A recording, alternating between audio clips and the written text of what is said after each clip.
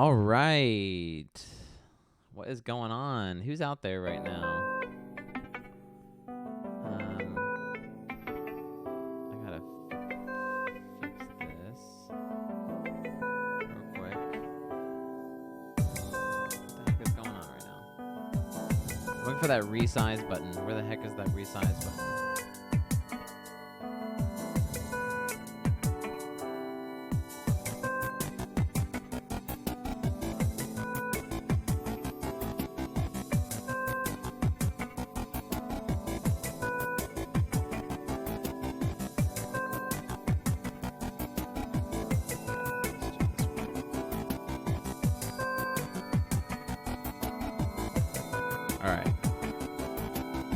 All right, who do we got here?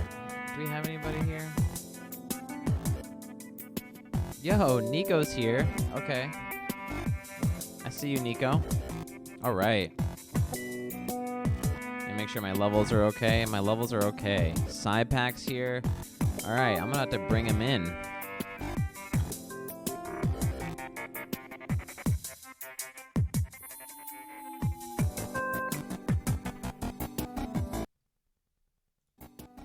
Oh, yes. Featured guest of the Batman Game Project. How we doing, Blake Thoreau? I'm doing good. I even wore my Flash hat just for this. So good. I don't really ever wear this hat that often, honestly, but. So I think we have side pack here. We got Jimmy Steiner, OG. Jimmy. Owns the 38th fastest speed run time in the world on Link's Awakening on Switch. That is just like my favorite thing that I've ever heard about Jimmy. Right, you're so like specific. Like Jimmy just disappears and does like an adult life, and then that resurfaces. Well, it's also like just high enough on the list to dictate commitment, but not so high that you're like, this is Jimmy's like full-time thing. Right, like he's grinded it, but he doesn't grind it that much. Yeah, he's like, I get about one night a week, of runs. And, right. Like, I've been doing it for like 2 years, so that's where I'm at. Right, that's where I'm at. So, and then we got Nico in the chat. We got Blumpkin in the chat. Nico and BeeTurow. Dylan's in here? Dylan's in here. Saib said that's really accurate, your prediction on. So funny. Dude, I kind of like, I almost wish I had a game that I loved as much to just speed run like a little bit. Like, I've definitely been like tentatively interested in speed running, but I don't know if there's like any game. It would have to be like one that I could do in like under an hour. I feel like I did Mega Man X, and I did Mega Man. My goal was under an hour in Mega Man, and I got it. How many times have you beaten it? Oh gosh, I mean, I probably grinded it for like a year, and I got my best time was 54 minutes, I think. What's the world record? It's like 26 minutes. Yeah. I mean, it's like dumb. It's dumb when you get into that level of expertise. But I don't like the glitches either, because that run is all like glitched out and stuff. So. Oh yeah. I'm like I don't want to learn a glitch. I'd rather learn the game. Yeah. I have I was joking with Joel. I have a copy of Toy Story 2 for N64, which I had no idea I had. I found it and I was like, why do I have this? And I'm like, oh, I want to play this game so bad. But it requires like a one of the N64 like booster packs to save your game. And I'm like, I'm just gonna beat it in one sitting. Like I'm just gonna wake up at like 10 a.m. one day and just be like, this is what I'm those doing. Like controller packs, the memory card things. Yeah, that you stick in the back. I'm like, I'm not doing that. I'm just gonna beat the game like flat. Right, you gotta press pause, leave it on the pause screen. Yeah, N64, you could just leave it on for like 2 weeks. It's not a big deal. So like, right, it won't overheat. All right, so we got let's talk comics. So Batman Game Project, we've beaten 25 video games of Batman. We got 10 more left. We're on the home stretch here. What do you have left? Or you don't want to reveal? Don't want to reveal. I'll reveal what I have. What I got coming up next is Batman Arkham Knight, which I've actually never played before. And just for a little special, I'll share what's coming up after that.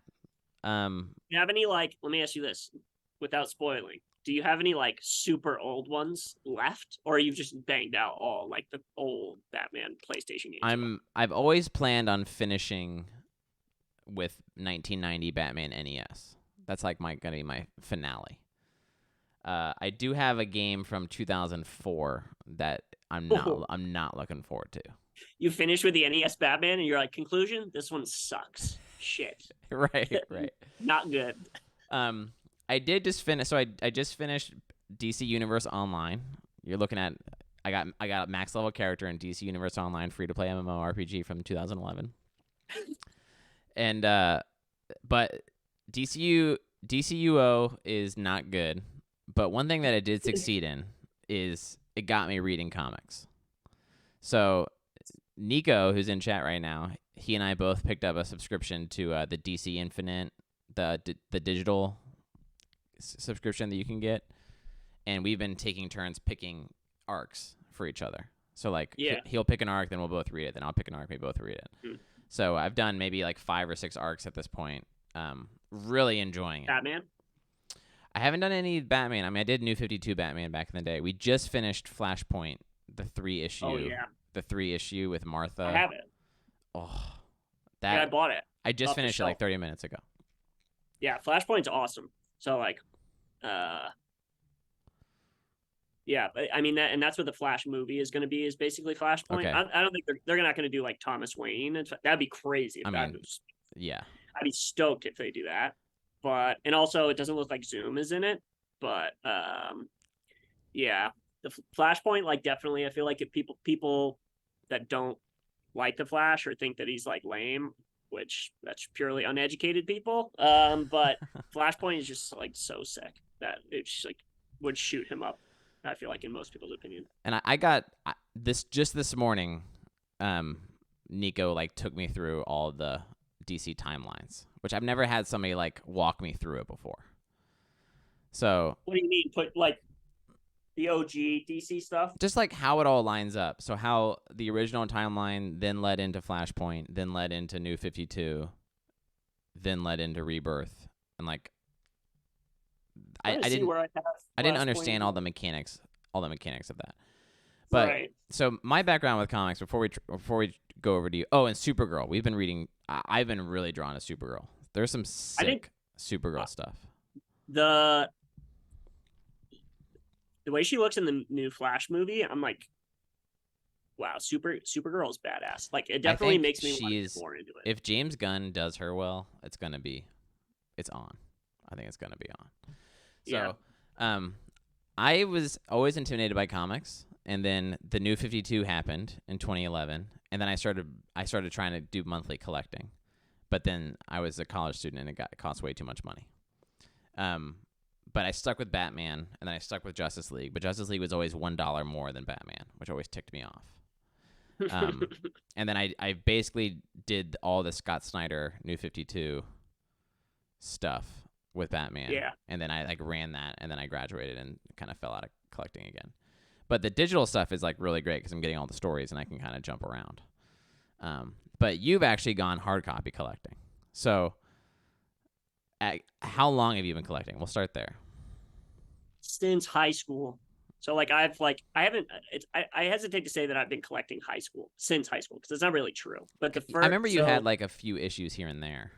Yeah, well, it's kind of funny because I feel like before high school, I always thought the idea of just having a huge comic book collection would be really awesome.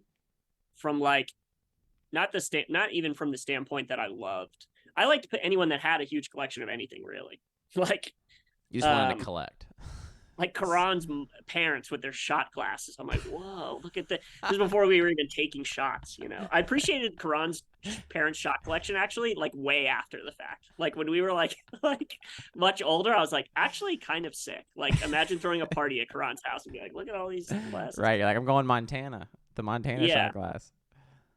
But actually, you know, it's Will Davis was the first person that I talked to a lot who had some comics. Like Will had he didn't have a lot, but he had some Swamp Thing comic books. Will is like big Swamp Thing. I remember. I had never heard of Swamp Thing until Will. Yeah, and I remember it's so funny to think about it. I was thinking about it the other day and I was just like laughing to myself because I remember talking to Will Davis about starting a comic book collection. And I was like, man, I've always wanted to have one, but like I'm too old. Like I can't start now. We're like 16, you know? I'm too old. I should have started. Yeah, I'm like a grown man. Like I've like missed the boat. But Will was like, I remember saying that to Will, like, I've always wanted to have a comic book collection. And Will was like, just go buy some comic books then. And so I was like, yeah, you're right. And so we went to, I can't remember what it was called, but it was a comic book store like right after the Hodge Ferry Bridge. Like if you come over the Hodge Ferry Bridge and then take a right into that shopping center, there's a comic book store in there. And so I went in There was there that and one just, like grody one. Is that the one you're talking about? oh yeah, that shopping center is just grody in general. Well, it's But like that diner's like right next door. yeah, there's like it's like near the Rite Aid and Yeah, like that was. I didn't even like going in yeah. there. I mean, you don't want to be over the Hodge Ferry Bridge, period. But I would Right. go over there, and I don't know if I went over there with. I think Will was the one that told me about it. Like this is pre, like you couldn't look it up on an iPhone or anything. So Will was like, "Oh, Yeah. there's a comic book store over there." Yeah. And so we went in there, and like, I just kind of like was attached to the Flash at that point, and because this is when I was like running track, and so I was like wearing my. I used to. I don't know if you know this, but the when I was on the track team, all of the sprinters on our team, they used to come at meets. They would all wear Superman shirts. So I don't know if you knew that, but like, so all the Oh sprinters no, on I our didn't know team, that. yeah, they had they started a tradition like our sophomore year of high school, Okay. where on meet day they would wear a Superman shirt, Okay. and that was like the sprinters thing. And this was like my freshman year of high school or something, or my sophomore year. And I remember telling George and like maybe some of the other distance guys, I was like, we should have a superhero shirt that we wear on race day. Okay. And so I went and got this Flash shirt and I started wearing it on race day, but then no one else wore it.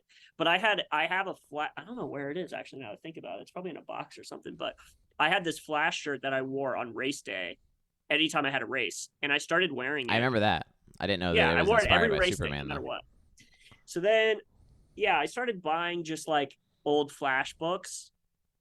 And in hindsight, like they weren't that old, but a lot of like 80s and 90s ones.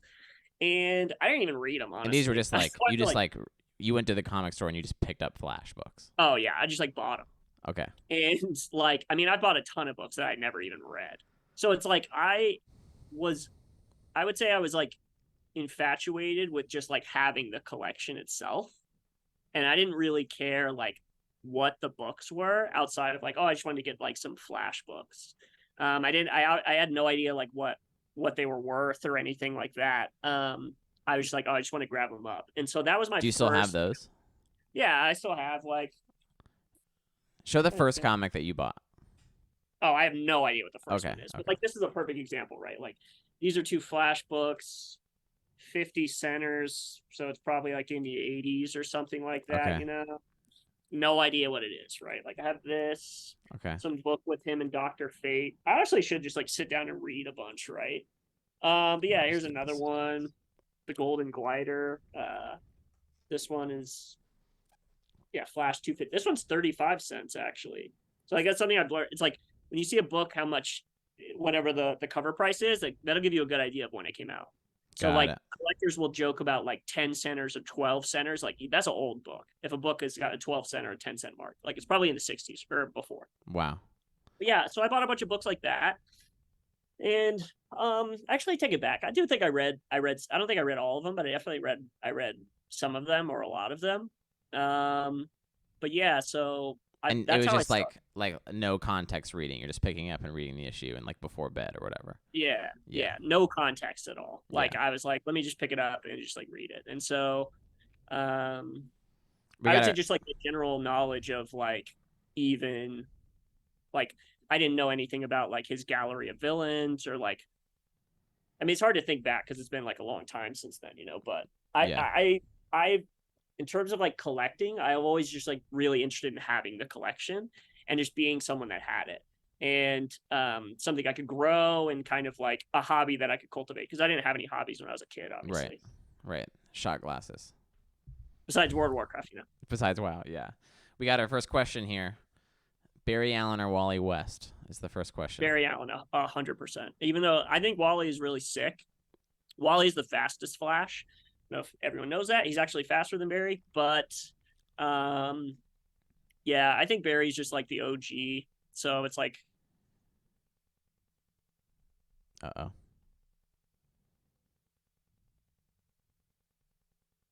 We just lost him. My internet's still good, so must be him.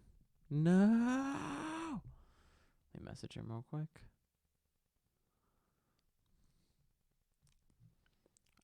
I'll use this opportunity to there we go. Just remove that so I can get the chat up here. There we go. Nope. I don't want Windows.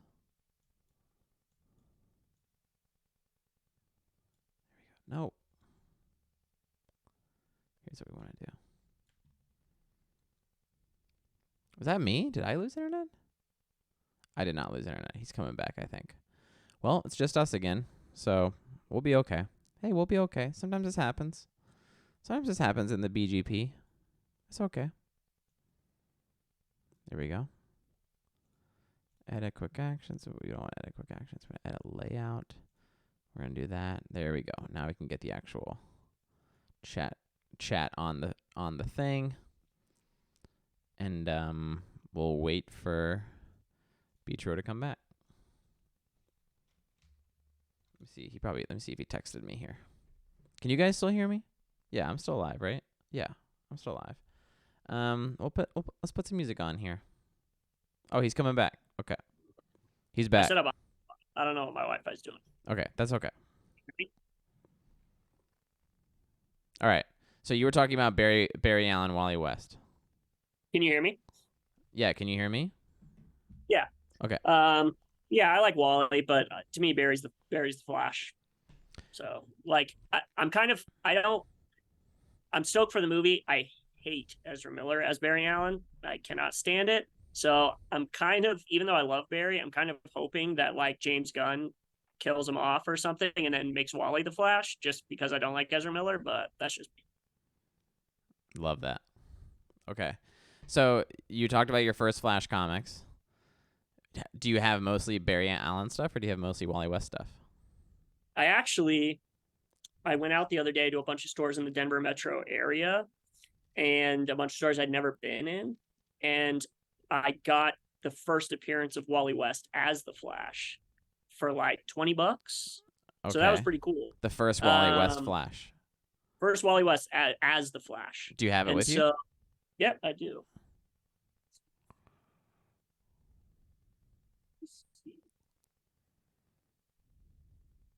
DC stuff is so cool, dude. Here it is right here. So good. So yeah, this came out in '87. So I definitely have. I'm not really. And what sure are these? Is this like in a sleeve? Like this is like a graded. It's like a Pokemon card. It's not graded. Okay. So it's like this is what we call bags and boards, right? So it's like it's in a plastic sleeve, and then they have a cardboard thing. It's like backing, so it doesn't it's not all floppy. And then this is a top loader. Is what they call it, right? So this is like a more hard. Plastic. Yeah. And so I have like a handful of top loaders. I don't put everything in the top loader, but like if I have a book that has any sort of value, I guess, or that like I really appreciate it, I throw it in there. So and now I'm going to send off I'm going to send off a handful of books to go get graded and put into like a slab by CCC. That's like a long process and it's kind of expensive. And so I have to pick and choose like which ones I want. Yeah, that's like the Pokemon card when it's like in the actual. Yeah. Okay. Yeah. So I have 2 books that are in slabs, or I bought them in slabs. And then, but I have a bunch of raw books, is what they call them. It's ungraded. And so I'm going to send those in I'm actually going to send some in to get like pressed and cleaned. And so that they can get the highest grade possible and then sent in. That's wild. Yeah. So it's kind of a long process. I could not see them for months, but when I get them back, they'll all be like in the best condition possible and like graded and sealed and all that. So holy moly. Okay. Wally was Kid Flash for a long time. That's what Nico's saying. Yeah, Wally was the Kid Flash, and then Wally West is Iris West's nephew, I think. And so it's like that's the connection to Barry. It's like Barry marries Iris West. It's like his version of Mary Jane. And then Wally becomes the Flash, like the exact same way that Barry becomes the Flash. Same like way. Get struck by lightning. Yeah, it's like, but so what makes Wally faster than Barry? I think it's like access to the Speed Force. Okay. It's like greater, and so I think Wally was the first one to tap into the Speed Force, which the Speed Force was introduced like much later into the Flash canon. but I think his ability to access, like, now they're like all the speedsters can do it, but I think that factors into why Wally is like a lot faster. I mean, I think that not a lot faster, but he is faster. Dude, it just comes down to the writers. The writers made Wally faster, so that's why he's faster. Right. Like, I'm not sure specifically, but yeah. So another book that I have that I bought. When did I buy it? I bought this one. I want to say like 5 years ago, 6 years ago. I have Crisis on Infinite Earths #8, which is the death of Barry Allen. So this is when they killed Barry, and then so this was in '85, and then Barry was dead a while, and then Wally became the Flash. What was happening in between? In the Crisis on Infinite Earths, like in between his death and Wally. I'm not sure actually. That's a good point. Is that like that's a good question. Is that like Kid Flash time? I think he was just dead. So it's like I don't. Yeah, it was just like an epilogue. Yeah, like maybe in it might have had like still focusing on Wally, but he wasn't actually the Flash yet. Yeah, and right. So, right. But yeah, I bought that book. I bought that book like 5 years ago or something like that, and I talked to the guy when I bought it for a while because I went to the store and I said that I don't really have like a niche per se, but I like to look for Flash keys, and he was like, "Oh, this is key really issues." Good. Yeah, so like people call like when they talk about their key issues, they're saying like it's basically key moments, like in comics. Right. So if you just say like, "Oh, you can be like, I'm looking for Batman keys, or I'm looking for Spider-Man keys, or you could say I'm looking for Silver Age keys or Bronze Age keys. Yeah. Which is the time frame, right? So it's like if you walk into a store and you're like, I want to buy some Silver Age Marvel keys, then it's like key Marvel moments or characters that were introduced in like the 60s and 70s. That's like the Silver Age. Got it. Okay. So yeah, I went to this guy and I was like, yeah, I have some Flash keys, and he was like, oh, this is a really good one. And he said that when they killed Barry, that was like the first time in comics that like a big superhero died, and he was dead for like a long time. They said he was dead for years, which is like now it's like characters just die left and right. They just bring it back. Yeah, right, So right. The emphasis on their death is just like not really there anymore. But yeah, do you have thoughts on the Flash TV show? That's a question we just got. I watched the first season and a half, I think, and I thought that the story was like pretty good, but CW is just like, dude, I'm like I just can't with the CW, bro. I just can't. I can't. And dude, Will Davis is like family friends with that guy. I don't know if you knew that. No. Did you not know that? Like the actor? Dude?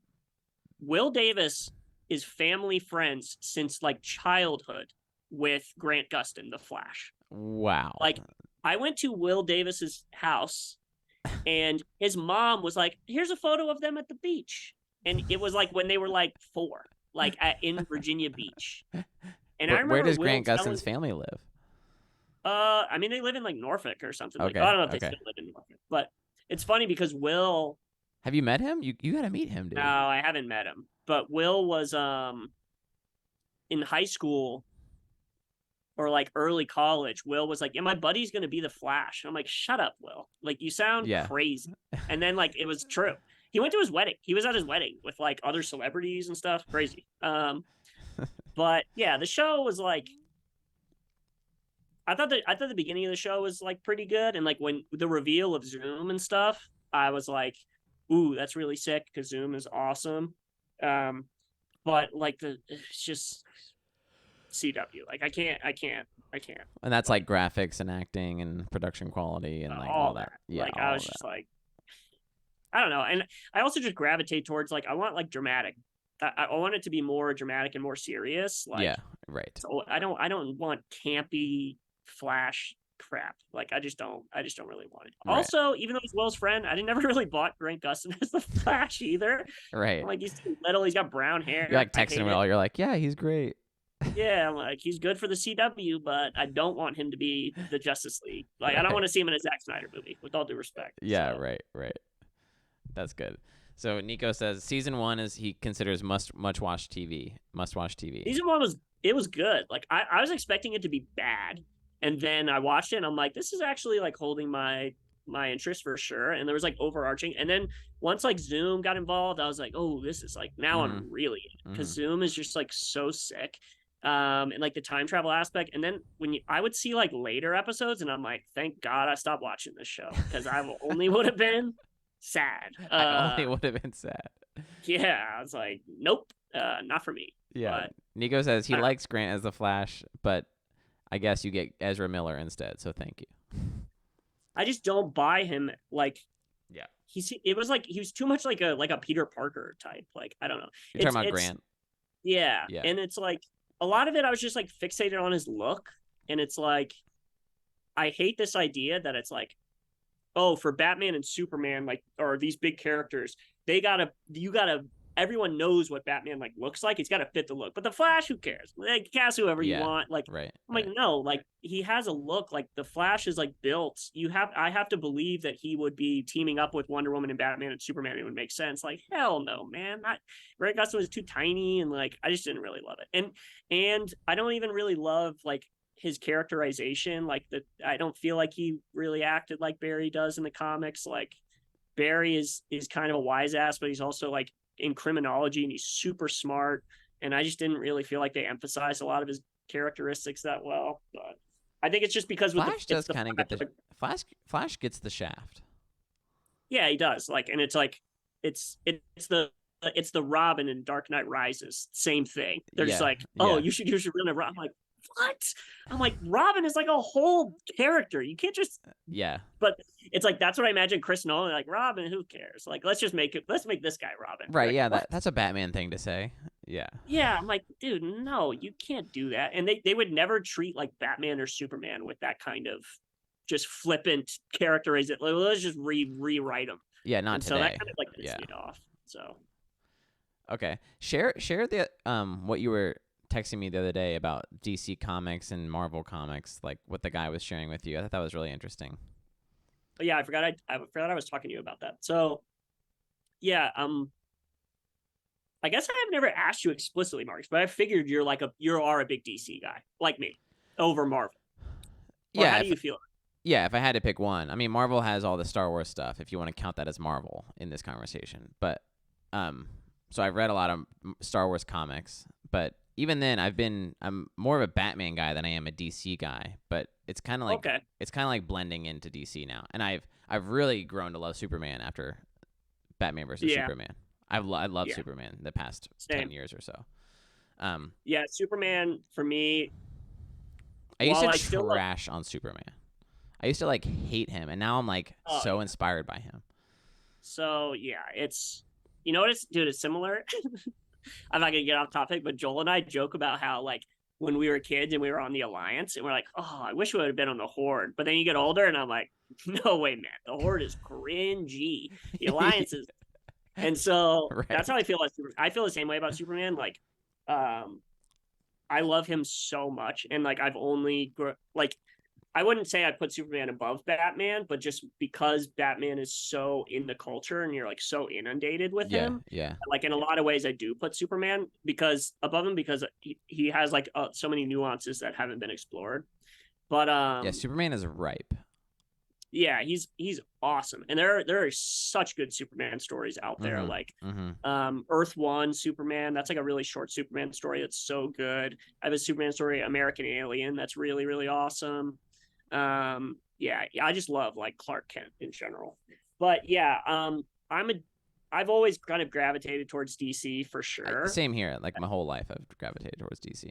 Yeah, like if I would say that maybe for me, like the ceiling on DC is a lot higher in the terms of like I love Batman, Superman, The Flash, much more than anyone in Marvel. But like the worst Marvel character is probably better than like The worst DC. there's a bigger number of like really awesome Marvel characters, but yeah, I was talking to this guy because once you get into comic book collecting, and a lot of key Marvel issues are like post 60s, whereas DC, unfortunately, like those books are basically inaccessible unless you have like tons and tons and tons of money, or you buy a copy that's like in terrible, terrible shape. So a lot of like the first Batman, Superman issues, Flash, were like in the 30s and like 40s. It's That's crazy. freaking wild. so old. And so now that I'm like collecting and spending more money on it, I'm not even interested in getting any sort of key. But if I saw any sort of like OG Batman book that was in like pretty decent shape, even if it's not a key at all, like I probably would be super interested in getting it. The same thing with Superman. But yeah, I was talking to this guy about how I'm a big DC fan, but it's just like hard to collect like DC keys because all the best characters came out like so long ago. And he was like, there's just way fewer of those books in circulation, like amongst collectors, and people don't sell them. Like that's what he said. He's like, people just hold on to them; they don't get rid of them. Mm-hmm. And so, um, but the way he explained it was like in the '60s, for a long time, comics were just like geared towards little kids, and then in the '60s, Marvel were like pioneers of gearing towards like an older demographic, like people that were teenagers and young adults. Marvel was And older. yeah, like, and so just like more mature stories, like obviously characters like Spider-Man, it was like, and those people, like teenagers and young adults that were buying those books, took care of them, whereas little kids were buying the OG DC books and they'd be like pouring snot on them, boogers, throwing them under the Yeah, right. bed, Ripping them them. up, like, yeah, like who cares, they throw that shit out. And so I think Marvel basically from the time of its origin just had like a lot more people that were dedicated readers who were taking care of the books. Right. And so it's Right. just like, aside from the fact that a lot of DC books are more recent, but or Marvel books came out in like the '60s and the DC ones were older. But yeah, I thought it was really interesting. I never knew that. I still definitely there's a lot of DC books that I want to get or that are great ones to have. But in terms of like the grails, like they say, like all the collectors would be like, this is a personal grail to me. Like that's what they'll call like a big sought after book that they've wanted in their collection. Like all those best books are just Do crazy you have what do you expensive. have at your eye on right now? Like, what are you trying to get? Hmm? What are you trying to get right now? Are you looking for anything specific right now? So a book that I would spend a bunch of money on is the first, and I don't think it's that unreasonable if it's in like, I'm not, I'm, I'd be spending a ton of money on it if it was in great shape, which I Yeah. don't really care about. But because one thing we talk about is like, and I've learned over the past 6 weeks is just how much the grade dictates the value of the book is unbelievable. Which before I was doing all this research over the past like month and a half, I kind of thought that all books have similar value. It's just like, oh, it's just the book. Like, who cares if it's this one's a little bit nicer? But it's no that way. Like the value changes the or Huge. the grade, the condition of the book changes the value like absolutely dramatically. But a book that would be real, I think would be really, really awesome to have that I would spend a good amount of money on if it's not obscene or in halfway decent shape is the first appearance of the Justice League, which is Brave and the Bold. It's like a Brave and the Bold series. It's not like Brave and the Bold #1, but Okay. that's like an awesome. It's a really cool cover too. It's got like the Flash, Martian Manhunter, Aquaman, Wonder Woman on it. That would be like a really awesome book that I would love to have. In terms of the Flash issue 105 is the first Flash book in his own series. So it's like because before Barry Allen wasn't in like he didn't appear in the Flash. Like the first appearance of Barry Allen is like showcase #8, I think. That book Oh. is worth like $80,000 or something crazy, you know. Okay. But a Flash issue 105, which is like his first issue in his own series, is not like super crazy, unbelievable expensive. It's definitely, depending on who you're talking to, it's expensive. Yeah. I guess everybody's different, but that is a book that I would definitely pay like a bunch of money for. And then just like Flash keys, like there's some Flash keys in there that would be really awesome. Like the first appearance of Wally West, like I don't have that. That's like a super sought after book. His other villains, some of his other villains, like the first appearance of like Gorilla Grodd, like that Yeah. would be a really cool book to own. How recent is So, Gorilla Grodd? How recent is Gorilla Grodd? not like Okay. 1962 or Okay. something He's like like that. ancient. Okay. Okay. Oh yeah, old. Okay. And so, and then it kind of jumps into like something that I haven't really considered until recently is like people will collect whole runs, you know? And Oh, so that's if cool. I get enough Flash keys, then I might be like, why don't I just fill in the gaps and get Yeah. like every Flash issue for like 5 years or something, you know? Like that would be really, really cool. But yeah, I don't know. There's in terms of DC, those are some good ones. There's a really awesome cover of Green Lantern and Green Arrow together, and it's like everyone considers it the very first Bronze Age book ever between DC and Marvel. It's like ushered in the Bronze Age, and it's this cool Green Lantern Green Arrow crossover. That would be like a cool book to What are have. the different ages? Can you explain that to me? So there's the Golden Age, the Silver Age, the Bronze Age.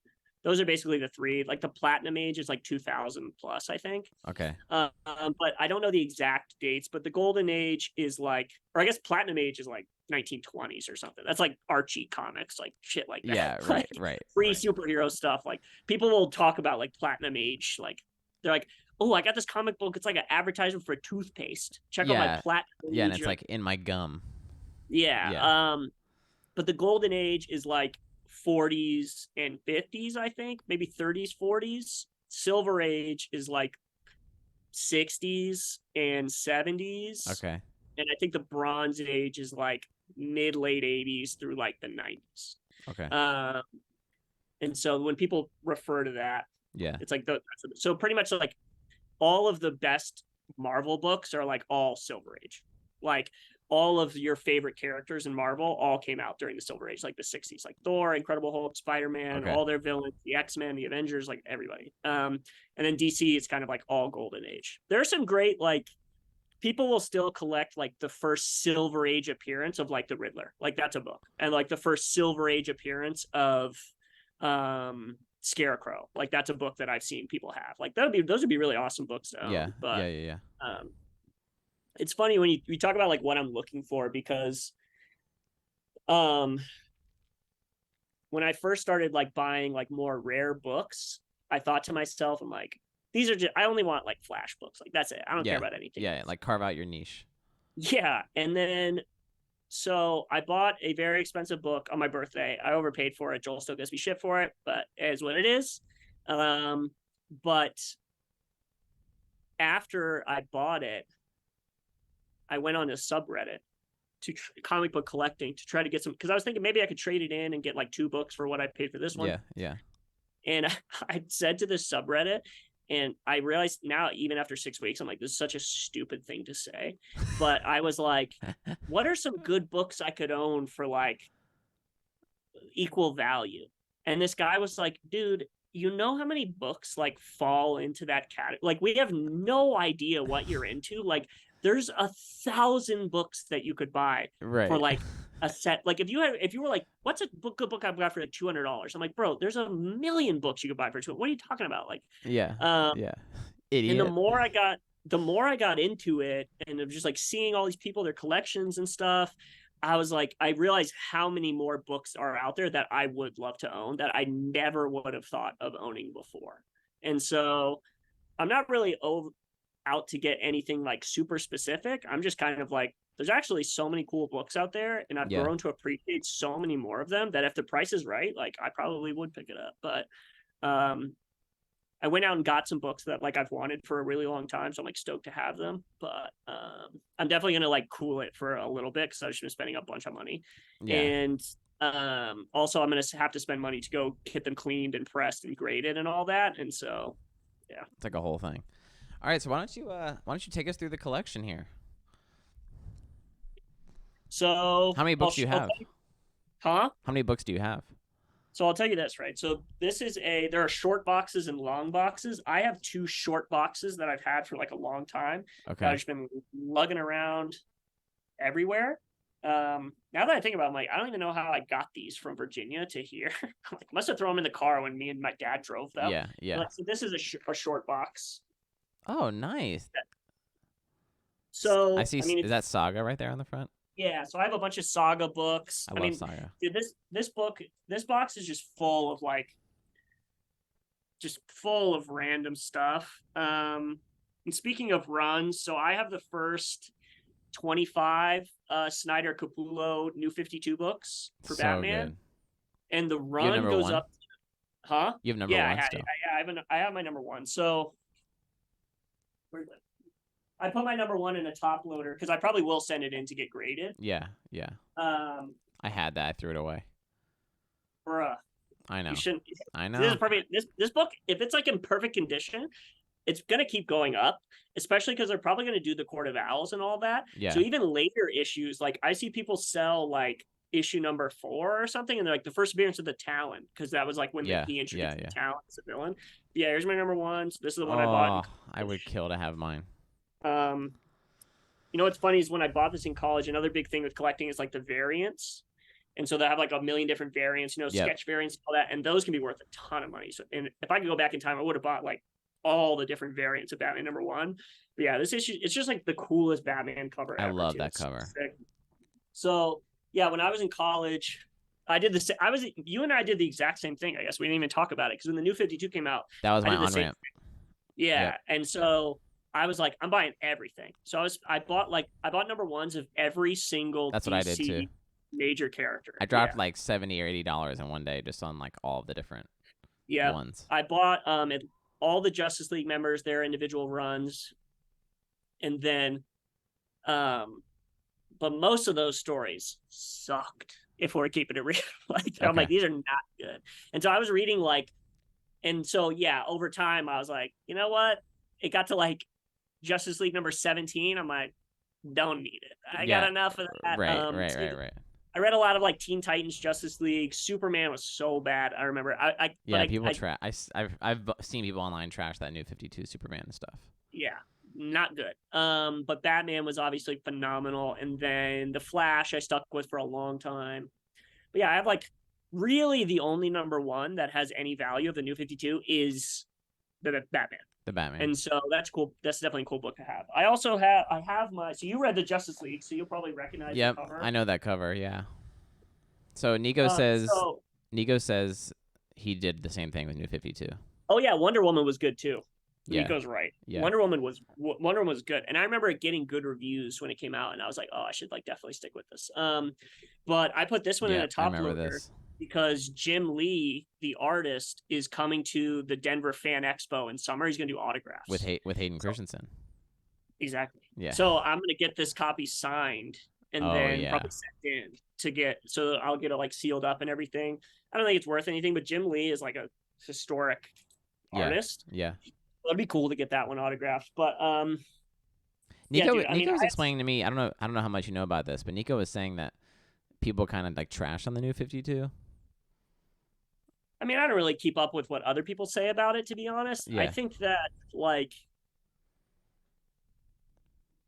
I don't know. I mean, I think with comics in general, like there's just so many different people writing the same characters that it's kind of like, it's like, dude, the new 52 had like they were doing like Snyder and Capullo Batman, and then they were also doing Detective Comics. I remember that. I was so confused. Batman and Robin. Yeah. And I'm like, bro, there's like 5 Batman storylines going on. Like, what is this? Yeah. And so it's like, I don't know. I mean, like, as a new comic collector, I was like so confused at the time. Yeah, you're like, dude, I'm not reading all. But yeah, dude, you'll appreciate this, dude. Look at this, bro. Why do I have this? I bought this in Norfolk, dude. So like, I bought this in that store. I'm like, so Dragon Ball Z comics? What is this? So I have a bunch of like DBZ ones. I got a bunch of like. Here's some new 52 Flash. This is like issue 15. Oh, that's good. I have like they had a series called Before Watchmen that I was reading. I remember these. I do have these still. Actually, I own these still. Yeah. So I have like all sorts of random stuff in here. Yeah, I have a bunch of Saga. Get on the Marvel train. You'll appreciate this too, by the way. I had a buddy, my roommate in college, Mike. He went to San Diego Comic-Con, and Scott Snyder was there, and so he got me Scott Snyder's autograph. Like, nice. Says to Blake, thanks from Gotham. And this is when he was writing like the new 52. Like he was still working on it. So I was like, that's really awesome. I didn't get to meet him, but I thought it was really cool. And he signed it to me. So that was like a really cool thing that Mike did for me. But yeah, I have like, this is a book that I think is gonna, this is a top 5, like my favorite comic book story ever written is the Avengers versus the X-Men. You told me about this. This is a 12-part series.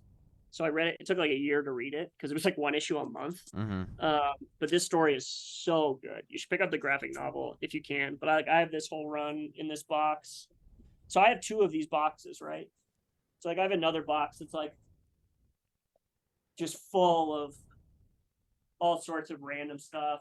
Looks like a lot of Flash. Oh my god, I have this, dude. I bought this on eBay for like $5. Yeah. And it's DC versus Marvel. Okay. The art is so shit. It's like cereal box art. But like I bought this and it's like Superman and Captain America like fighting, and I'm like, I gotta read this. I Like gotta read Wolverine it. versus Batman and stuff like this. It's like not good. But I bought this on eBay. That's how much I liked it. Right. Yeah, Right. this box is full of all sorts of stuff. Saga looks like my new 52 of like the other characters like Shazam and Justice League and stuff like that. So There was much of my a work there was a new stuff.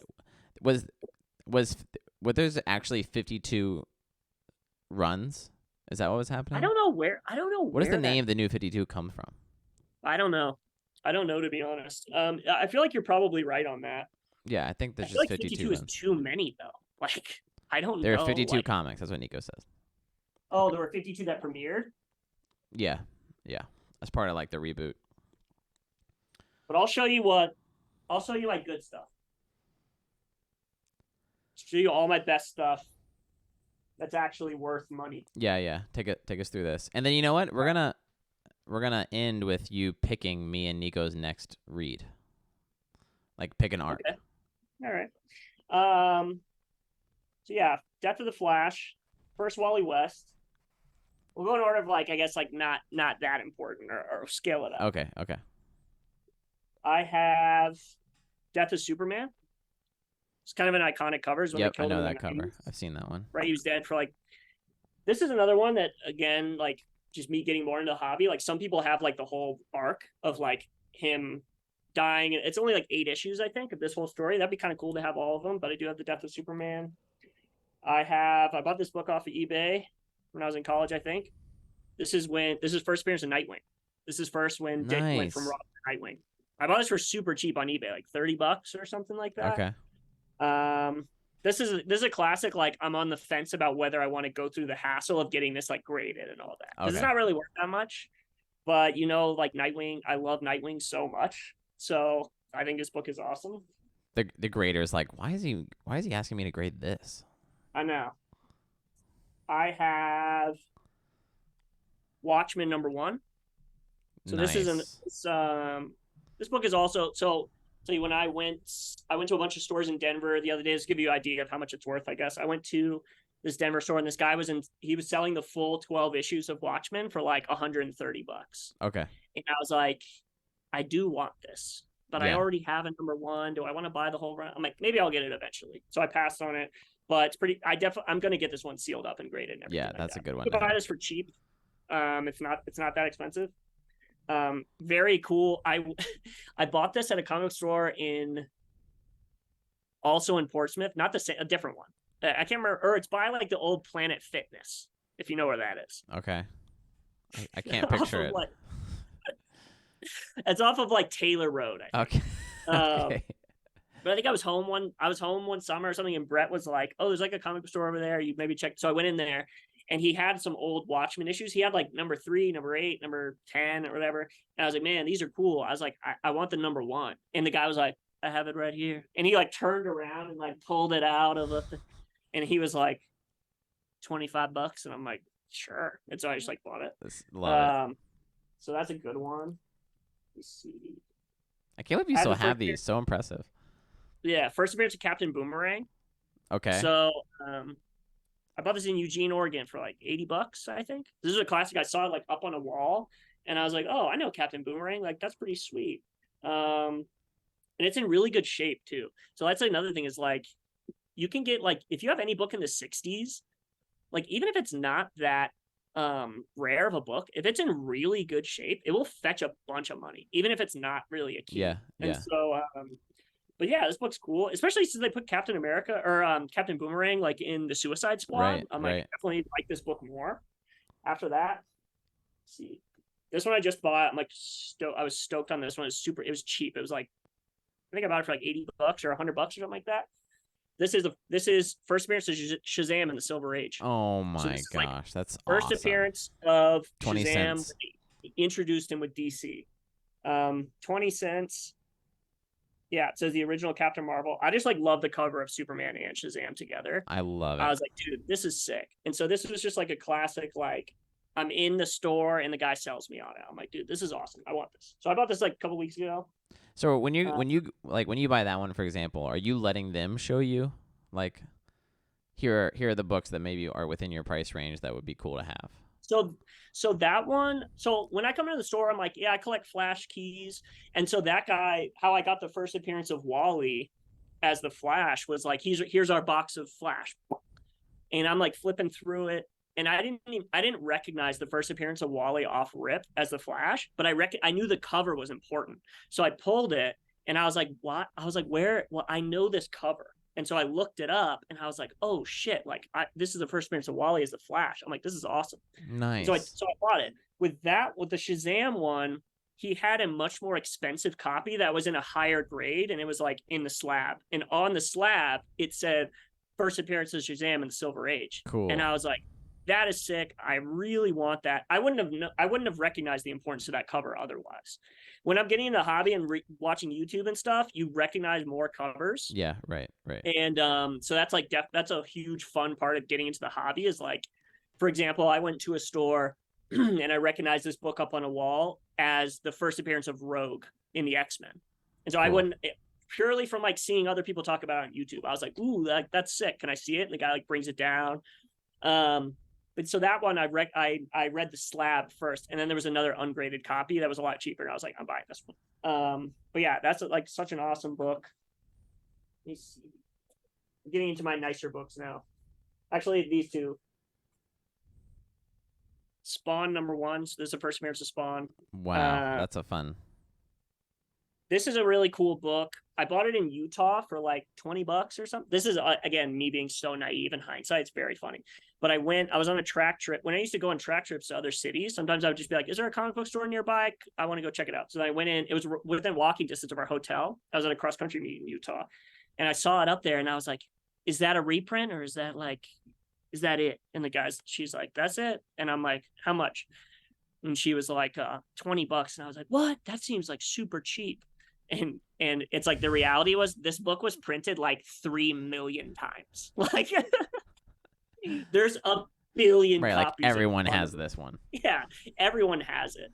But you know what's funny is speaking of like the grade being important, is how insane it is. So like this book is not. You can buy this book for super cheap. It's printed 1 trillion times.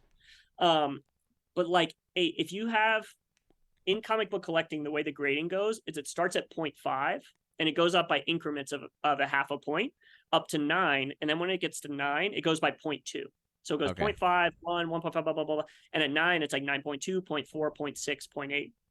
And then there are 9.9s and then 10s. But basically 9.9s and 10s don't exist. I have no idea why, like what's the criteria between 9.8 and 9.9 Okay. to 10. But like for all intents and purposes, a 9.8 is considered a perfect score. Like there's like 9.9s and 10s are not a thing. Okay. But like if you have a 9.9 of Spawn, which I guess there's not that many, it's worth like $5,000 or something. Like Okay. even those books are built 1 trillion times, like collectors just to have like the perfect book, like they'll spend a bazillion. Okay, so that's like your grading comment earlier. Like yeah, 9.8 dude, like of anything is gonna be amazing. Yeah. So like for example, if you want to talk about Amazing Fantasy 15, first appearance of Spidey, that book, if you found it beat to hell, like mud all over it, water damage, the pages are falling out, it's still probably worth like 20 G's, like at a minimum, because it's Spider-Man. Like a mint condition copy sold at auction for like $3.3 million. The swing is just crazy based on the grade. It's unbelievable, which I have a story for the most recent book that I bought. But Okay. Here's another one that I bought that same day. So this is a Nice. Transformers #1. This is a classic, like, oh, Blake was on YouTube and then realized people have this book, so I bought it. But it's cool because although I'm kind of upset, I didn't realize there was this tear at the top, so that sucks. Mm-hmm. Maybe I wouldn't have bought it in hindsight if that was the case. But anyway, I still bought it anyway. But something I didn't realize about the Transformers is like Hasbro like bought the molds for the Transformers from a Japanese company. So it's like this Japanese company invented the Transformers, but they weren't called that. Hasbro bought them. And then they were like, how could we sell these toys? Let's make comic books and TV shows and then release the toys. And so the comic book, it's not like the toys were a thing for years and then they started the comic. Yeah. It basically came out simultaneously. It's like marketing. And I think the cover is just sick. Like, yeah, that's awesome. It's a very Japanese looking Optimus. Like you can tell that it's like Japanese inspired, but this issue is just like really sick. And we got a new Transformers movie coming out. I know. I've heard it's a mess, actually. Oh, really? I just saw the trailer for my first time last week. All right. Well, we'll get into like my favorite best books that I own. So this book, I actually didn't spend a ton of money on it, but I bought it in college. Secret Wars, #8. This is the first appearance of the symbiote. So for a long time, actually, I was told this is the first appearance of the black suit Spider-Man. I was lied. The first black suit Spider-Man is Amazing Spider-Man 252. Sick cover. It's like Spidey. It's like the classic Amazing Fantasy cover kind of, and he's wearing the black suit. And something I didn't know recently was literally like when that issue came out, it was supposed to be Spidey's new full-time suit. Oh. And fans were like, fuck no. Yeah, like, right. Don't do that. We hate it. And so they got rid of it. But so Secret Wars came out like 5 months later. And like the story is like Peter, when it's like the Secret Wars is like the Beyonder and these gods like took all the Marvel characters and made them fight each other. And then they gave him the black suit, which on Earth it was just cloth. This is what's rumored they're trying to cook up now, right? In MCU stuff. The Secret War. Yeah, yeah, exactly. Yeah, they're thinking about, which I think is sick because Secret Wars. Yeah. This Secret Wars is really awesome. If you haven't read it, the story is sick. It's a really great Doom story too. We love Doom. We love Doom. I know you're a Doom boy. I'm a Doom boy. Really great Doom story. But Secret Wars is dope, and like the story, which I took a comic book class in college. I don't know if you knew that, but like my college offered a full comic book studying class. And so like that's how I found out about Saga, and we read a bunch of like offbeat stuff. But we read Secret Wars in there, and like Secret Wars, Marvel literally like was like told their writers, just write a story where we can give them a bunch of new costumes and weapons and stuff so we can sell the toys. Like that's what they told them. So the writers were like, let's just give Iron Man like a bunch of new, like the Iron Ship and the Iron Car and like all that, so we can just sell the toys. Yeah. So then they wrote the story, and then the toys like bombed, and the story was like a big hit. And so, but that's I think the black suit was part of that. Like we need to sell more Spider-Man action figures. Give him a new suit, kids will buy it. Mm-hmm. But yeah, so he had this suit, and then when he came to Earth, it was a symbiote, and then the symbiote obviously became the thing. But the cover's just so sick. So this a lot is of the first symbiote. The first symbiote. Wow. All right. Then now we're entering into your grails here. Yeah, these are my grails. So like these are the last books that I spent great money on. All right. Let's talk about this. So I just bought this one off eBay. I spent a pretty penny on it. I wanted it forever. So this is Flash 123, also known as Flash of Two Worlds. So on the cover, you can see Jay Garrick. There's the first appearance of Jay Garrick in the Silver Age. So when they brought him back from like the 30s, and Barry. It's like such an iconic, sick cover. But why this issue is super important in comics history, period. This is the first time the multiverse was a thing. Ever. Whoa. First time it was like like there's parallel worlds in comic books, period. So it was like this idea that Jay Garrick was in an alternate world that broke in and then met Barry Allen in like an Earth 2. Like it was not a thing before this book. So like people that aren't even huge Flash fans have this book. Yeah. And it's like definitely one of the most iconic. It's like a top 5 Flash book. You've got to own it. And so yeah, I was like, it was right after my birthday, and I was like, I'm just gonna go out and get this thing. And so I bid on eBay. I won it, and then it was cool because the guy messaged me immediately. Nico says that he's in awe that you're holding that book. Yeah, dude, it's sick. I'm like stoked to have it. Oh, so I'm gonna get this bad boy deep cleaned. There's like a deep cleaning service, and like it has a little bit of a spine roll that I can pay to fix. And it's like I can fix the spine roll, deep clean it, crease it, press it, like do all that, send it in to get graded. But a cool thing about that too is that so after I bought it, the guy messaged me immediately and he was like, my father-in-law bought this off the shelf in 1961. And then I've had it for years and now you're getting it. So you're only the third owner. And I was like, dude, that's crazy. That So is insane. yeah, it like makes me like it more.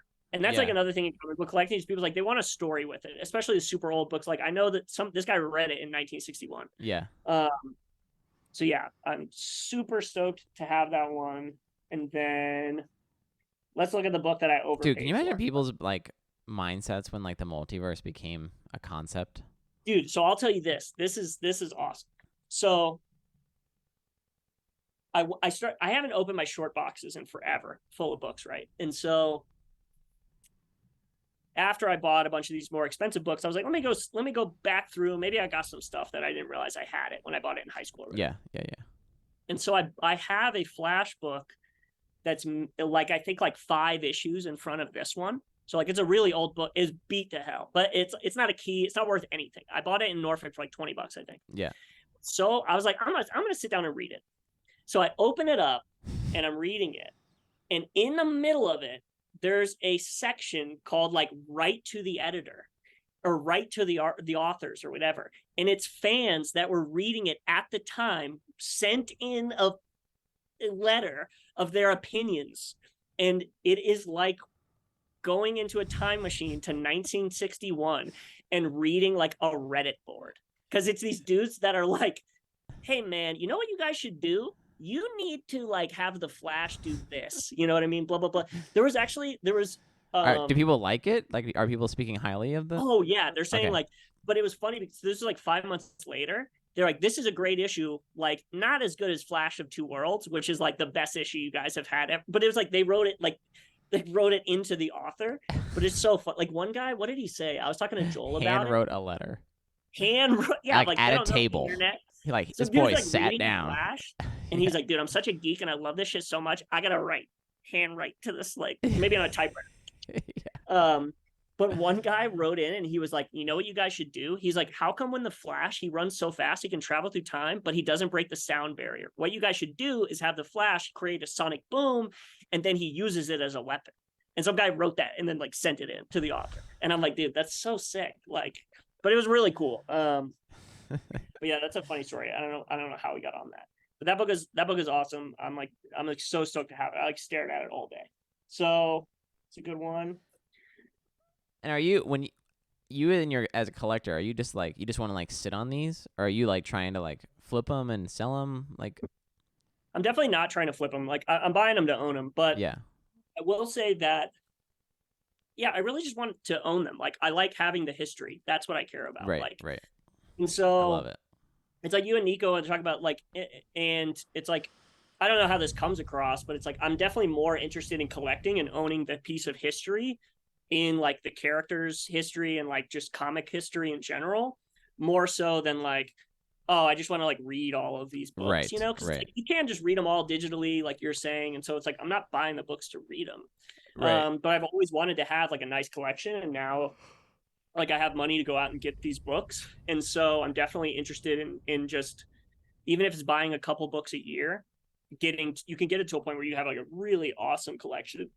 And I will say that like I'm not interested in flipping them by any means, but I could see myself getting to a point.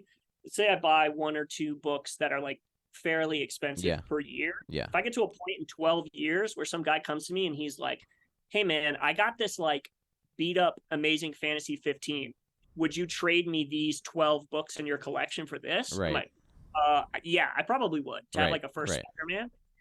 And so the more books you have, kind of the more like they're worth money in their own right, and they're tradable. You can do all sorts of stuff. And so for right now, it's just like I'm just going after what I want, and then seeing what happens, I guess, and Yeah, just like kind of I don't want to flip them by any right. means. You're not Some like people trying to play it. no, some people will like upgrade their books. So like I have a Flash 123. If I saw a Flash 123 that was in much better shape, even though I already have it, maybe I could like sell mine, get the money for that, and then pool in some more cash and buy like people talk Yeah, about that, yeah, yeah, like they yeah. want to upgrade their version that they have. But yeah, I'm definitely not trying to flip it. Okay.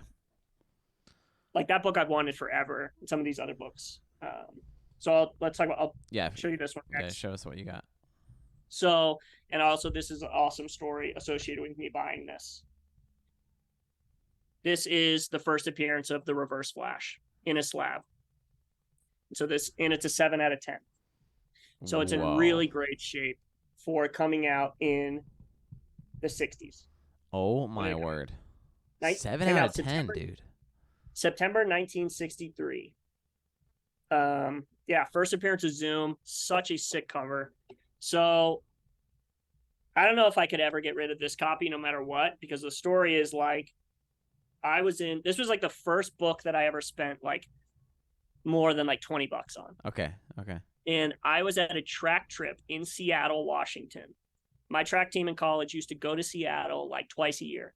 We would go for a meet called the Husky Invitational, and then we would come back 2 weeks later and run MPSF, which is like our conference meet every year. And we used to go to Pike Place Fish Market, which is like a famous fish market in Seattle, Washington. So one year, I think it was 2013, I went and there was a comic book store in there, and I saw this book, and it was $200. I didn't have any money back then. I was like debt rich. And I didn't buy it. And I was like, it was the Husky invite. I was like, I'm going to be back 2 weeks later and I'm going to get it. And so 2 weeks later, came back to Seattle, called the store. I'm like, you guys still have this? And they're like, yeah, we still got it. And I was like, cool. And we used to go to Pike Place Market right before we went to the airport every year or every trip to Seattle. Mm-hmm. I talked to my coach, Heather, and I was like, I really want to get this comic book. So I'm excited to go to Pike Place. And she was like, oh, we're not going to Pike Place this trip. And I was like, what? I was like, what do you mean? And she's like, yeah, we're not, it's too tight with the airports or whatever. And then my assistant coach, Heather, because she loves me, she drove just me 40 minutes one way to the Pike Place Market and dropped me off just so I could buy it. And so it was like the sweetest thing that Heather ever did for me. She'd be kind of an ice queen sometimes. But yeah, she drove me down there. I went in, I bought it. And what's cool about this book is I bought it for $200. It's a 7 out of 10, which I took for granted at the time. I didn't care about the grade. I was like, whatever. Yeah. And so I bought it. So as you'll see, I have one other slab, but this is an old blue label. So the CGC labels on their slabs, it doesn't look like this anymore. It's a totally different slab. Okay. What I found out getting into the hobby is that these older labels were before people were like cleaning and pressing their books. And so after in later years, people would do all this due diligence to deep clean their books and press them and all that to get the highest grade possible. Well, back then they didn't do that. So, and then other people think also that the graders were harsher back then. So a lot of people think just by virtue of this being an old label, I could crack this out, get it deep cleaned, pressed and all that, get it regraded, which collectors do often, and it'll come back like an 8 or an 8.5, which will make it even like more expensive. And so I bought this book for $200, and I'll tell you, mine's a 7 out of 10. I saw a 7.5 sell on eBay for $2,300 earlier this year. Whoa. So like it's gone way up in value. It's hopefully it probably keep going up with like the James Gunn movies and stuff. But definitely. So I'm gonna send this one in to get like deep clean. Like a guy's gonna crack it open, deep clean it, press it, and then I'll get it regraded in a nicer slab. But yeah, I just love it. Zoom is just like so sick. So like this book was the book when I bought it. I was like, dude, I'm like a real big time collector now. I actually have like kind of a cool book. Right. You're like, and I've made the slab is just like so sick. But yeah, I love this book. Whoa, that's such a good one. I got 2 left. So this is the book I overpaid for, but I paid what I thought it was worth. And if I wanted to get my money back eventually, I probably could. But I bought this book on my birthday. First appearance of Deadpool, signed by Rob Liefeld, who created Deadpool. 9.4. 9.4 out of 10. So it's in great shape. What I didn't know at the time is like this book was printed like crazy. So pretty much every book in the 90s, once the comic boom really exploded in the 90s, books started getting printed way more, which is why older books like in the 60s and stuff, those didn't have crazy print runs, right? So like guys on Reddit were joking with me. They're like, don't pay that kind of money for a book printed in the 90s. That's what they said, because there's just like tons of them. But yeah, that just goes right over your head. Huh? Those comments just go right over your head. I know. You're like, I own Spawn 1. Yeah, some people were like, there was a bunch of people giving me shit, but a lot of other people were being super cool and super helpful. Like this guy, he was like, dude, everybody's overpaid for a book at one time or another. Like, don't feel bad. You could definitely get your money back. Like, all these people are like, dude, just wait for the Deadpool 3 trailer to come out and then sell it and you'll get your money back immediately. Right. I Right. don't know if I want to do that. I guess something to consider if I wanted to use that money to go get some other books. It's Right. just like part of me getting into the hobby. But I think the book is so sick. It's like the coolest cover. And then you can see the back on there with the Punisher. But the fact that it was signed by Rob Liefeld, I thought was just really awesome. It's the guy that created Deadpool. And so this book is sick. And so you can see, so this is a new slab. And so you can tell the difference between like the blue and yellow. it's a totally different, it feels different. It's a different plastic, but the label looks different. This one is gold because the signature is like verified. Okay. Last book. This is a book I bought like a week ago. And I was like, now I'm gonna stop spending money like crazy. Yeah, this is when you maybe took it too far. I didn't take it too far. Like fact is, like, I'm making like pretty good money right now, but I have no bills and I don't spend my money on anything except McDonald's and movie tickets. Yeah. So it's like, yeah. But this book I've wanted forever, and I was looking for it everywhere, but all the copies I saw were like crazy expensive because it was super high grade. And I'm like, I don't need it. But I wanted this book forever. I told myself I was going to buy it before the end of the year, and so I bought it anyway, even though I told myself I was going to take a break. Spider-Man 300, first appearance of Venom. So this is the Venom's first appearance. And so it's cool. So I'll tell you just how crazy it is with the grading thing. Yeah. Is I went into this store, and I'll be transparent about it. I bought this book for $400. Okay. And it's raw, right? So it's ungraded. Yeah, I can see there's no plastic on it. No plastic. I just got it in a top loader. I'm definitely going to send it in to get graded because I want it preserved and slabbed and all that. I don't care what the grade is at all, obviously, but Venom is like the OG, so I really wanted it. So right next to this copy, I bought it for $400. Right next to it, there was a 9.8 graded copy of the exact same book, and it was $6,200.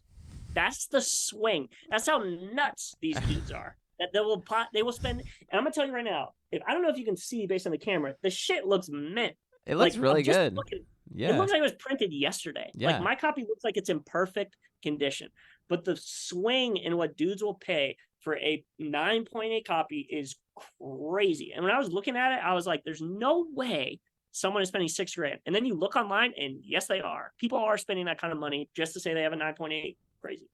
But what do they get out of that? I mean, I guess I was just like, what do you get out of that? But I guess it's just collecting. I mean, there are so many people out there that are dealers and they are flippers and they want it because they know it's going to go up. Like that's such a huge part of it. You know, it's like me even being in it's like, I would say most collectors are in that scenario. Yeah, right. Where they are always just looking for leverage down the future and stuff. Like perfect example is like, I don't know what the issue number is, but it's like Ultimate Fallout number 13 or whatever. It's the first appearance of Miles Morales. Okay. That book was printed a trillion times. It's still people buy that book for crazy amounts of money because they just are expecting Miles to be a huge superhero forever. So like, I better get it now, and then I'll just flip it in like 20 years and hopefully make a bunch of money. Yeah, so yeah.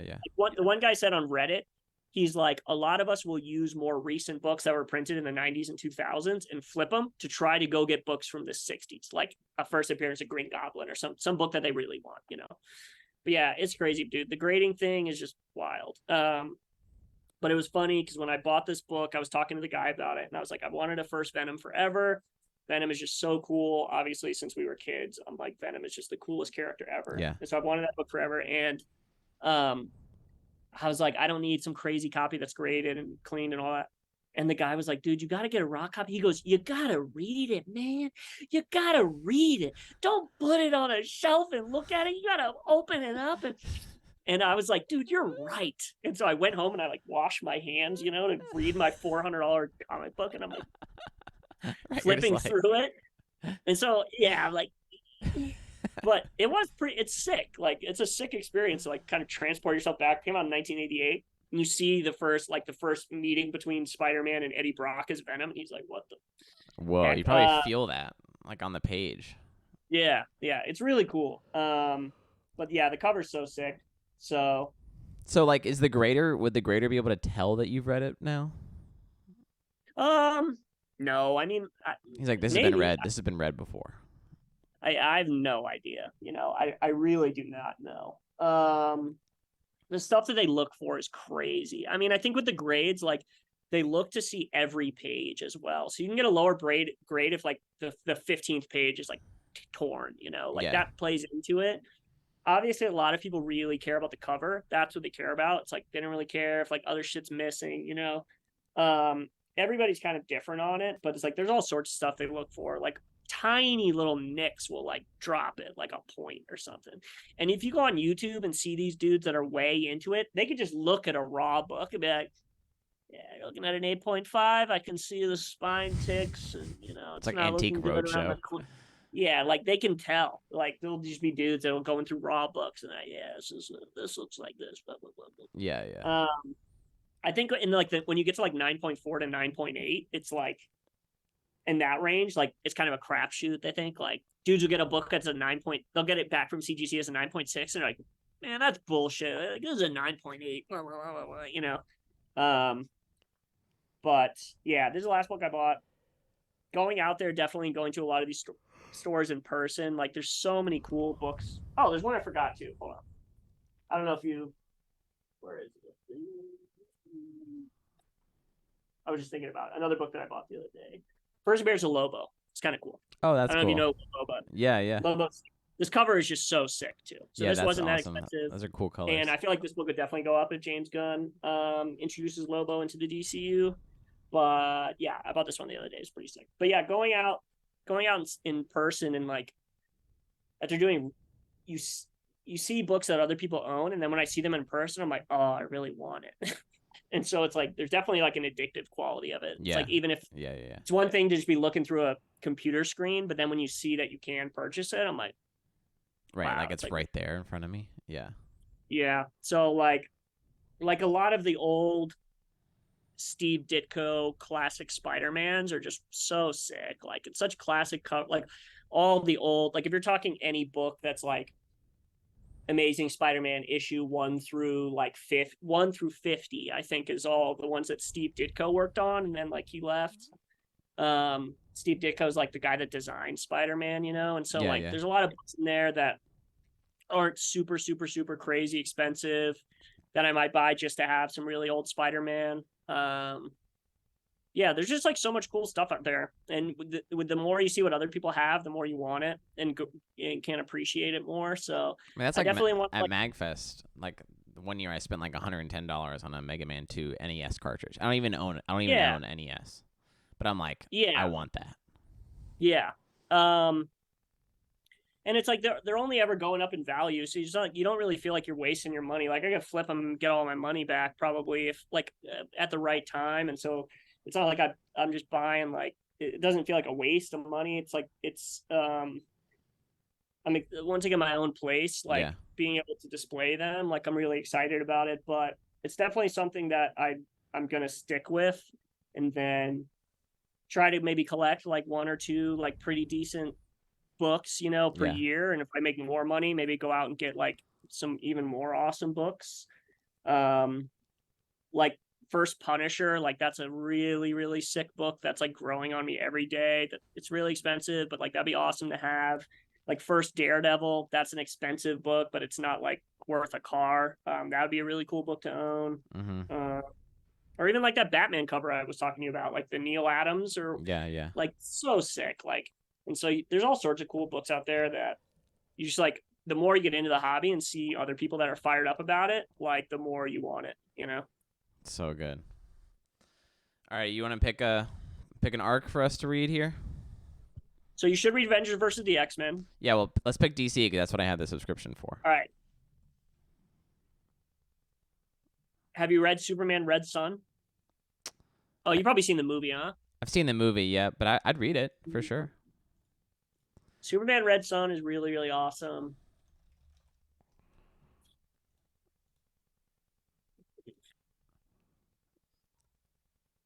Yeah, I'll tell you here's what, a Superman. story that I'm really interested in reading is when Hal Jordan becomes Parallax. Let me see. Green Lantern. I think it happened around Death of Superman. I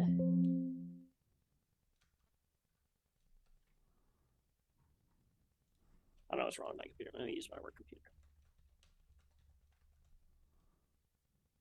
But you haven't read Superman Earth 1, I highly recommend that one as well. Anything Flash that you'd recommend? Do you know anything Flash?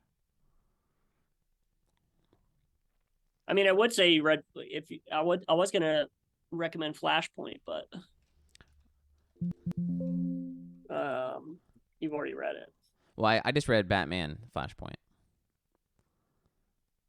What do you mean, Batman Flashpoint? Like there was like a Flashpoint spin-off, but we're working our way up to the Flashpoint like main arc. Oh, gotcha. Yeah. I'm looking at this recommended list though. There's like some really good Flash stuff, it looks like. Starting points, greatest hits, the dastardly death of the Rogues, DC Universe Rebirth Flash, Rogues Gallery. Return to Barry Allen, that might be like a good one to read when he comes back. You read, when Wally, after Wally's Flash for a while.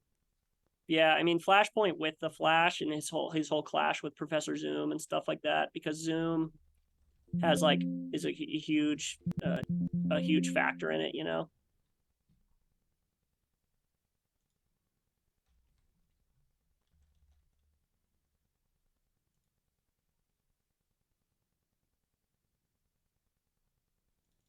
I think we'll do Red Sun. I think is the pick. Yeah, I mean I love Red Sun so much. If you haven't read Superman Earth 1, yeah, I have it up here.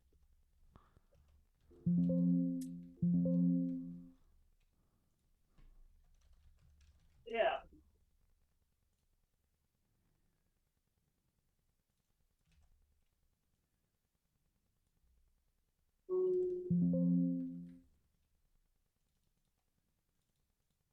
Oh, yeah, here they are.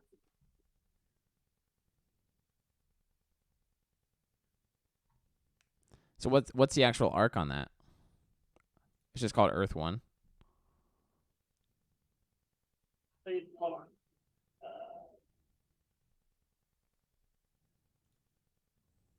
So these this. Where did my camera go, bro?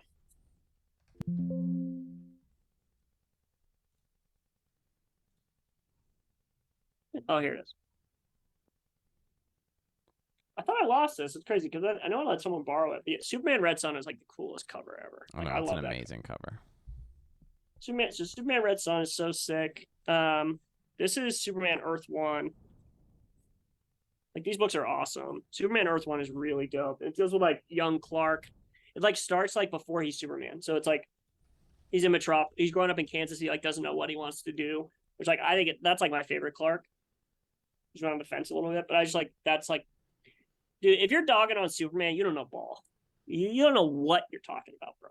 Superman's well, yeah, I read the Dark Knight Returns as like a middle schooler, and then I was just like F Superman because of that one. Yeah, but he's like such a strong person. Yeah, he's awesome. I mean, like, he's just like a guy trying to do the right thing. That's just it. That's right. That's exactly right. Like, and Earth 1 is really awesome because it just deals with like this idea that Clark, like, he didn't always want to be Superman. Like, he doesn't know what he wants to do, So that one's really cool. And then I have Kingdom Come, and I haven't read Kingdom Come yet. But obviously Alex Ross is the artist, and Alex Ross is like the cool, like that's another series of books that would be super, super awesome to own. If you Google it, just type in like Alex Ross comic covers, and it's like this white backdrop, and he did like a bunch of different characters, like all Marvel ones, and those ones are really, really cool. Like I would definitely buy some of those just to have them. Kingdom Come I've been wanting to read for a long time, so I'd get in with you guys if you wanted to read that. And then these, if you're not talking about DC, Project Venom is like the coolest character ever. Like Project Venom is so sick, and this story is so awesome. Like what it is Flash Thompson, who is Spidey's bully, right? It's like Yeah. Flash Thompson was Spider-Man's bully. He but he like doesn't know that Peter is the Flash, or he doesn't know Peter's Spider-Man. He loves Spider-Man, and he goes to like Iraq to fight in Desert Storm, and he loses his legs, so he's like Lieutenant Dan in it. Yeah. And then the CIA approaches him and says, "We want to give you the symbiote and make you a Spec Ops agent." And so it's like he has the symbiote, but he does like Splinter Cell missions with it. Like this is what it looks like. Whoa.